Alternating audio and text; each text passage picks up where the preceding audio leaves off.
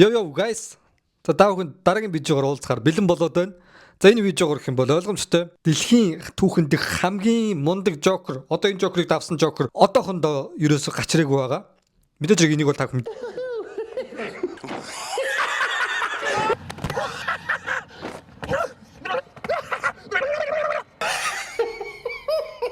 Just 2008 оны Batman Dark Knight-ийн Heath Ledger байна.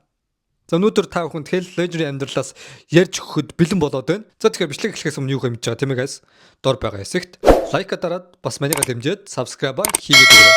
Олон юм ярилцлага хөдөлгөөн шууд бичлэг рүүгээ орцгоё. Let's go. За Heath Ledger-ийн хувьд гэх юм бол Австралид төрж ирсэн байгаа. Бага наснаасаа ер нь хитрхи олон авьяастай тий авьяасаа бүр ядч дийлсэн тийм хүүхэд байсан. Тэгэд дөнгөж одоо бага сургуульд байхдаа шатраар хичээлж эхлээд тэгээ шатраар хичээл удаагүй байжгаад бүр тийм шатрын олимпиад ороод ялалт байгуулсан. Тэгээ тэр ч байтугай хажуугаар нь спорт авьяастай, бүжгийн авьяастай, дуулах авьяастай. Тэгээ бага сургуульд байхаас ахвалаад бүжгээр хичээллээд тэгээд тухайн үед Jim Carrey гэдэг нэртэй нэгэн жүжигчин байсан. Энэ жүжигчин болохоор мюзикл жүжигчин. Энэ жүжигчний яг тэр нэг бүжгийн хөдөлгөөний айгу сонирхолтой байсан учраас тэр хөдөлгөөний дүүр айгаад өөртөө авч хэрэгжүүлээд тэгээд тухайн үед байсан бүжгийн хамтлагтаа тэр хөдөлгөөнд оруулж дэглээд Австрали улсад болсон Австрали улсын тийм бүр улсын авраг шалгаруулах бүжгийн хамгийн том тэмцээнд багаараа авраг болсон байна. Цаашаа ер нь бүжгээр явах гэсэн чи яваагүй. 17 наснда сургуулаа болсон.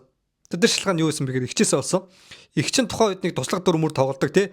Жохон баг зэрэг жүжигчин хийгээд өгсөн байхгүй. Тэгээ би ер нь бас адилхан игчгээ ингэ жүжигчин болж үзвэл яа гэм бэ гэж бодоод тэгээ болсон. Тэгээд игчигээ дагаад жүжигчин болох гээд 17 наснаасаа Shift to Shore гэдэг нэртэй 1993 онд тоглосон нэг тийм мань үний хувьд багаас спорт айгу сайн байсан учраас дугуй ундаг тийм хүүхдийн дүр тоглосон. Тэр дугуй ундаг дүрээр зүгээр л нэг одоо юу гэдэг тийм дүр тоглосон ч гэсэндээ тэр үед найруулагч хийжсэн найруулагч нь Heath Ledger-ийг хараад ямар мундаг жүжиглэх авьяастай залуу вэ гэж хараад бас өөр нэг кино тоглох шанал тавьсан. Энэ болохоор Sweet Drama гэдэг нэртэй кино 1996 онд гарсан.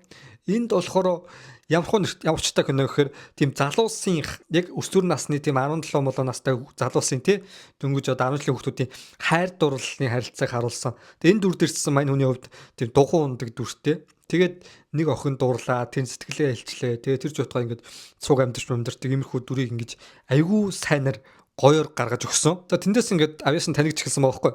Тэгсэн тэр кинон дээр Мартин Хендерсон гэдэг нэртэй тухайн киноны гол дүрийн жүжигчин заяа. Өөрөөс нь таваар ах нэг залуу. Heath Ledger-ийн тэр жүжиглж байгаа байдлыг хараад ямар мундаг залуу вэ те? Ямар гоё залуу вэ гэж хараад санал тавьсан байгаа. Чи ийм хөдөө байгаадах юм бол хэдий авьяастай байсан ч амжилт болж чадахгүй.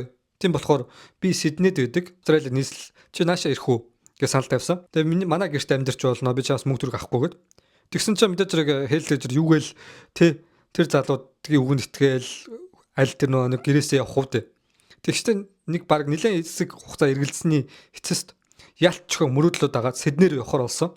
За тэгээ Сиднейд ирээд мань өний хувьд гэх юм бол Австралийн тэр гол одоо нийслэлд ирээд хүч сорхоор болсон. Тэнд маш олон аудишн буюу яг жүжигний тийм киноны сонгон шалгуулалтанд орсон байгаа.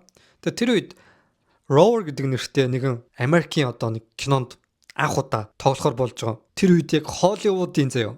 Холливууд яг Америкт тоглох гэж байгаа анхны кино нөхгүй. Австрали зүгээр нэг тийм жүжигчтэй айдсан. Гэхдээ Heath Ledger-ийн үед маш асар сонгогдсон байхгүй. Тухайн үед Heath Ledger Австралич нэр хүнд түрээгүй байсан. Тэгээ дээрээс нь мэдээж Америкт бол бүр Heath Ledger-ийн нэр угаасаа сургаггүй байсан байхгүй. Ер нь олон танигдаа жүжигчин байжгаад тэр аудишныг санаандгүй Австралид сонгон шалгалтанд ороод тэмцсэн. Тэгээ Rover гэдэг нэртэй Америк кинонд болохоор тийм гол дүрийг бүтээгээд тэгээ жоохон тийм баатарлаг тэгээд жоохон тийм романтик дүрийг бүтээсэн ч тэр кинонд харамсалтайгаар тухайн үед гарч ирсэн Buffy the Vampires гэдэг нэртэй нэгэн тийм гол дүрийнх нь ахын айгүй тийм хөөрхөн охин гардаг тийм вампирийн дүр бүтээдэг. Тэр кинонд ялагдсан. Тэр кино хамаагүй илүү ажилт үзүүлсэн болохоор нөгөө нэг Rover гэдэг нэртэй кинонд юу олон танигдах шууд унсан. Гэвч азар гэх юм уу те мань хүний жүжиглэх ур чадвар нь тэр киногоор бусад кино найруулагчд танигдж эхэлсэн байна. Тэгээ тэрний дараа болохоор ямар кинонд Холливуудад анх удаа дебют хийж тоглосон бэхээр 10 Things I Hate About You гэдэг нэртэй кинонд тоглохоор болсон. За энэ болохоор бас яг өсвөр насны гэх юм уу те 10 жилийн тийм ахлах сургуулийн хүүхдүүдийн хайр дурлалын харилцааг харуулсан тийм бас хөгжилтэй тэгээд тийм романтик киногоо энд аягүй тийм царайлаг найз залуугийн дүрийг бүтээсэн. Тэгэл нэг охин дуурлаад тэгэл хамгийн нэг алдартай хэсэг байдаг байхгүй киноны. Тэр хэсэг нь ямар хэсэг байдаг вэ гэхээр I love you baby гэдэг дуу байдаг шүү дээ, тий. Can't take my eyes off you гэдэг нэртэй дуу. За энэ дууны яг нэг cover гэх юм уу, тий. Тухайн үед яг тэр нэг өөрийнхөө сонирхож байсан охиндоо хайр дурлалаа, хайраа илчилж байгаа тэр нэг I love you baby гэж олон юм дуулаа хайраа илчилж байгаа хэсэг нь одоо хүртэл бас амар алдартай. Энэ хэсгийг та бүхэн маш сайн мэддэг бах. Би бас энэ хэсгийг өмнө үзчихсэн.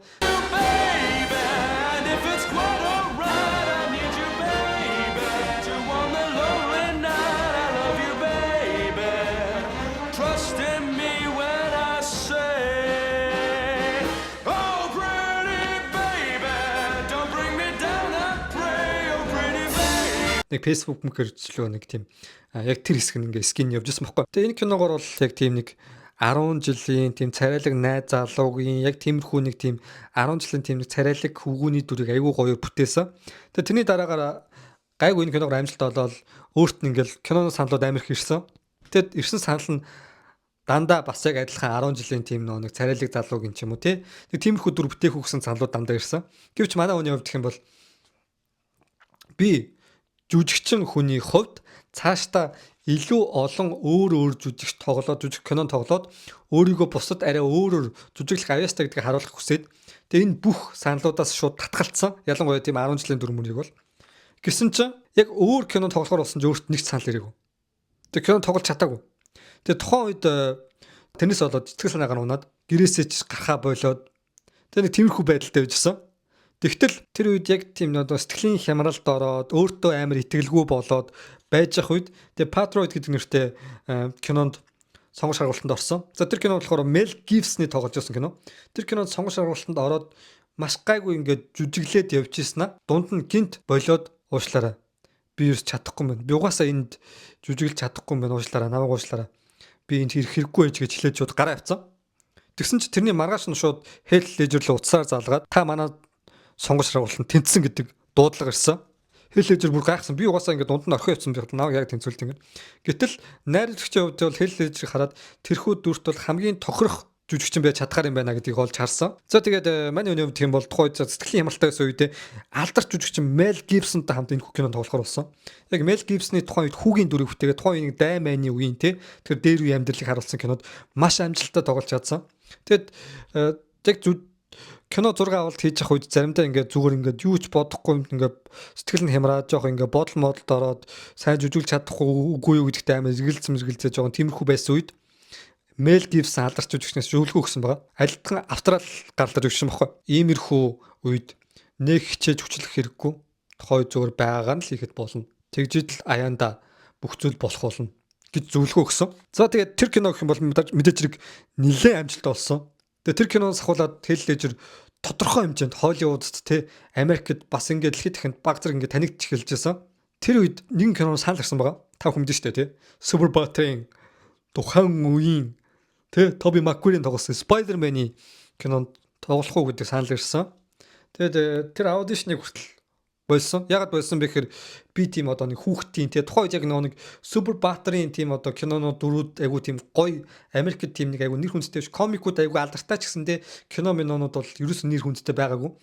Тэгэхэд би юм нэг хүүхдийн тийм шиг юм Superbad-ын дүр тоглохгүйгээд татгалцсан. Энэ Heath Ledger-үүд бол хамгийн хамсалтай буруу шийдвэр болсон. Та бүхэнд шүү дээ тий. Tobey Maguire-ийн тэр 2001 оны Spider-Man хамгийн ашиг орлоготой Spider-Man одоо хүртэл тэрний ашиг орлогыг тэр сүүлд гарсан Spider-Man бол эмдэж чадаагүй байгаа. За тэрний дараа бас нэг кино санал ирсэн. Бас нэг мюзикл кино.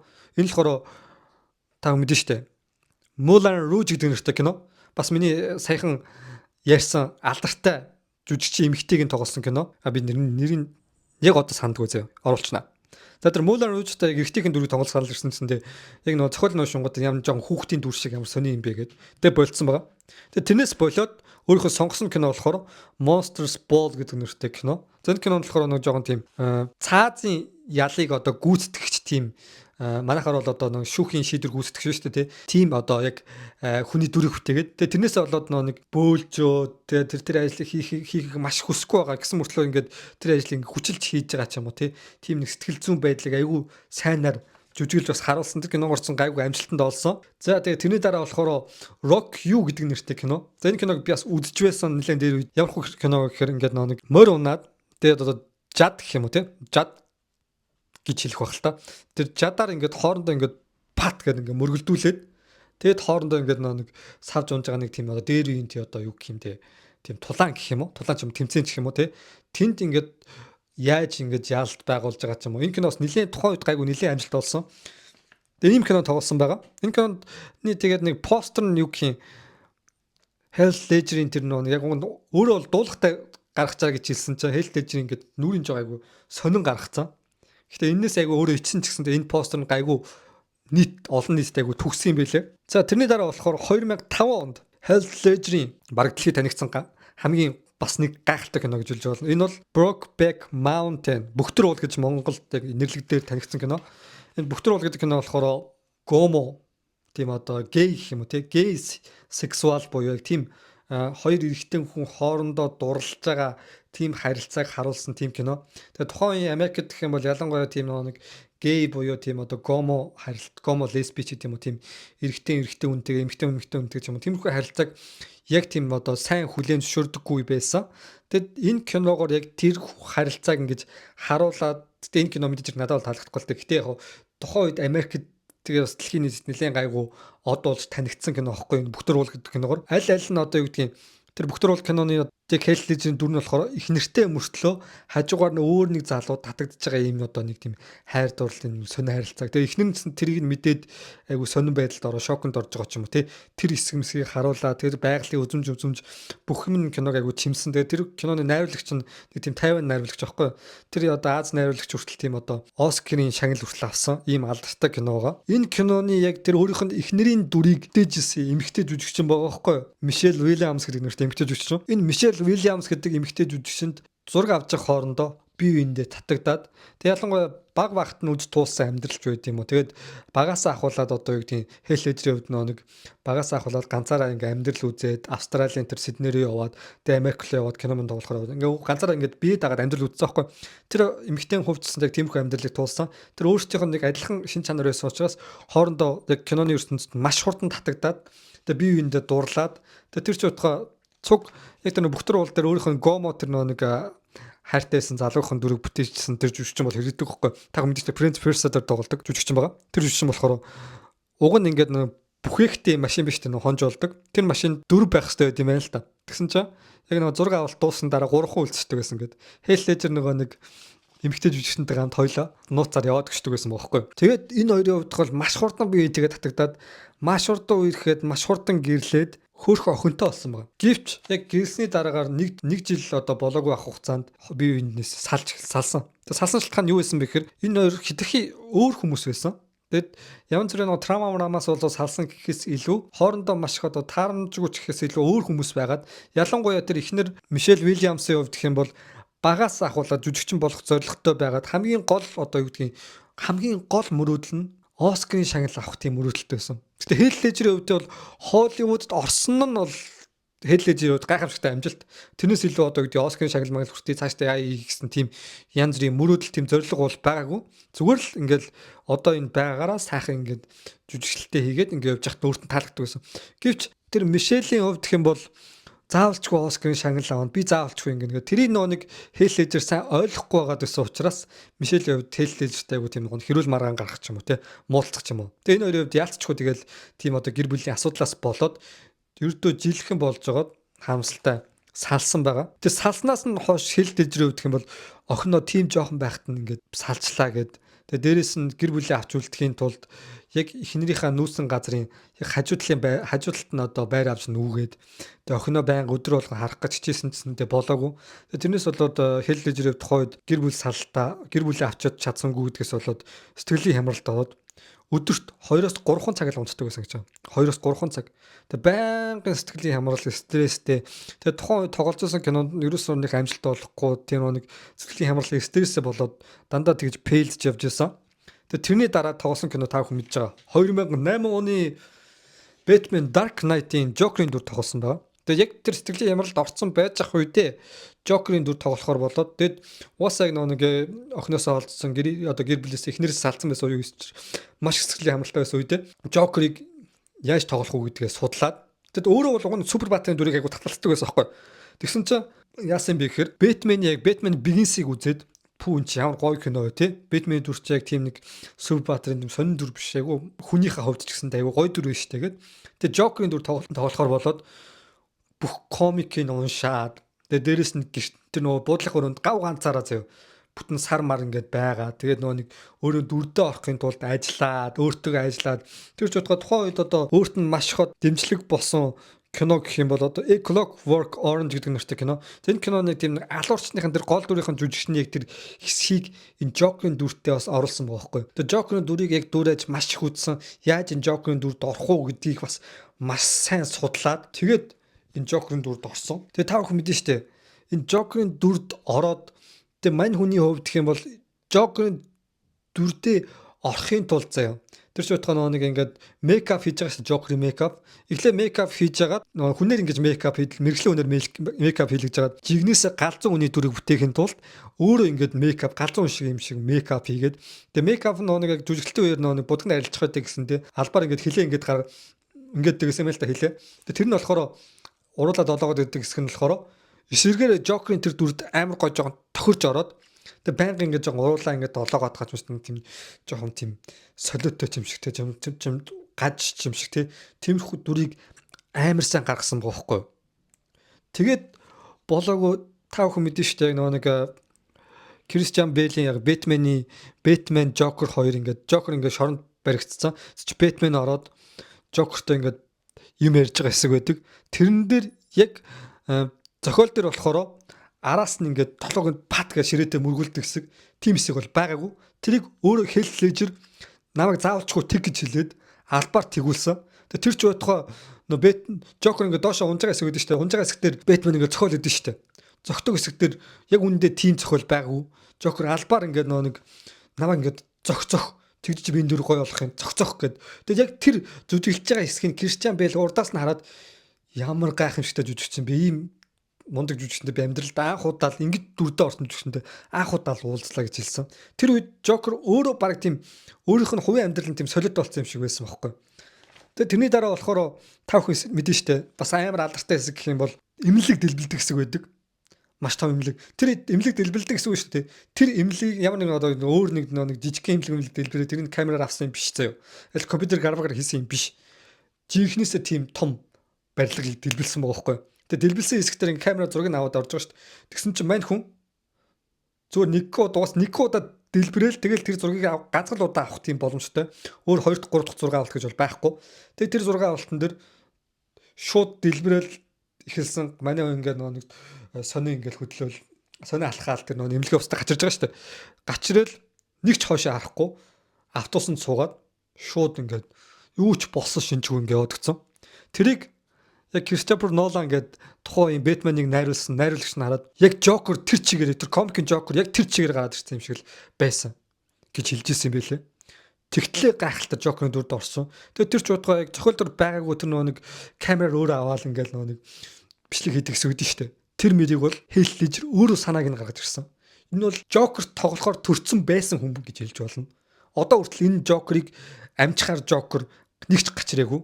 Та бүхэн миний мэдхээр л одоо Gotham дээр тоглодог Jerome Valeska-гийн дүр тоглосон Monacan гэдэг залуу байгаа. Тэгээ энэ Monacan гэдэг залуугийн хувьд гэх юм бол нэлээд Heath Ledger-тэй бас гайгүй зэрэгцгэр хэмжээний болж төгссөн. Тэгэхээр тэрнээс цаашаа бол өөр тийм Heath Ledger-ийн Joker-ыг давхаар тийм гачраагүй тэр ч удаа тэр үеийн одоо Batman Dark Knight-ыг давхаар тийм зүйл ерөөс гачраагүй. Тэр ч удаа тухайн үед яг Супербаатарын дүр бол нэг тийм амар ялангуяа Оскар хийж авдаггүй дүр байсан. Тэр үед Оскар авсан байхгүй. Тэгээ энэ кино бол үнэхээр та бүхэн хэлүүлтгүй мэдж байгаа тий. Тухайн үедээ бол Супербаатарын тэр кинонууд дундаас хамгийн номер 1 бүр рекордыг эвдсэн амжилтыг тогтоосон. Гэвч энэ кино яг нээлттэй хийгээд тухайн үед алдартай болоод ингээ байж ах үед буудлынх нь өөрөө Heath Ledger ерөөсөө хариухгүй гадсан. Тэгээд яач вэ гэдэг төвчөр орсон ч мань хүн харамсалтай өрөөнд дотор өнгөрцөн байсан. Тэгээд тухайн үед хүмүүс амиа орлчлоо гэдээ ярьж исэн. Гэвч амиа хорлоогүй. Мань өний хувьд гэх юм бол гэр бүлээсээ салсан, охиноосоо олдсон тэр сэтгэлийн хямралаасаа болоод байнгын мансуурлах им хэргэлдэг байсан бохоггүй хүчээр хэргэлдэг байсан. Тэгэд их чинь одоо имээ бас битгий хэрглээрээ одоо аюултай шүү гэж хэлсэн чинь надаа санаа зовлтгүй би зүгээр гэж хэлж ирсэн юм байлээ. Тэгэд яг тэр кино дуусаад мансуурлах им хэтрүүлсэн хэргэлснээр болоод өөд болсон байгаа. Тэгээд Жокерийн дүрд орох гэж үзсэн. Тэгээд хамстай нь яг өөд тусдын дараа хамгийн анх удаа супер баатрийн дүрээр Оскар авсан. Тэр ч бодохоо эсрэг талын Жокерийн дүрээр ш. Тэгэхээр гайхамшигтай, харамсалтай. Тэгээд тэр өнгөрснийхэн дараа маш олон жүжигчд одоо Хэл Лежер өнгөрсөн дараа харамслал илэрхийлсэн. Бүх хүмүүс магадгүй тухайн үед те баг зэрэг ингээд хүмүүстэй найзлаад энэ сэтгэлийн ямарлаасаа баг зэрэгч болтугай гарсан байсан бол өдийд адилхан бас кинон тоглоод одоо тухайд 28 настай өнгөрсөн. Ягаад одоо нэг 43 настай ингээд амьд явж явах боломжтой байх байсан. 43 жишээдтэй. Тэгтэл хамсалтайгаар тийм гайхалтай жүжигч өөд болцсон байгаа. Ахиж Жокерийн дүрийг одоо тэр киногоос өөрөөр бол Хэл Лежерийн Жокерийн дүрийг харах боломжгүй болсон. Өөр гайхамшигтай олон кинон тоглох боломжтой байсан ч бид нэр ахиж харж чадхааргүй болсон байхгүй. Тэгэхээр энэхээр бас өнөөдөр энэ бичлэгээр бол тэр гайхалтай дүр тэр гайхалтай одоо жүжигчин залуугийн бас тий харамсалтай юм өнгөрсөнд бас нэг RIP Hell Ledger гэж хэлээд өндөрлмөр байна. Одоо та бүхэнд энэ хүү бичлэг баг зэрэгч болтгоо таалагдсан бол манийгаа дэмжиж лайка дараад дор байгаа subscribe хийгээрэй. Тэгээд коммент юу ч үлдээж болно. Юу ч шүү зөө юу ч бичиж болно шүү. За тэгээд манийгаа үргэж дэмжихдээ баярлаа. Хэдүүлээ 100,000 руу явцгаая guys. Пүү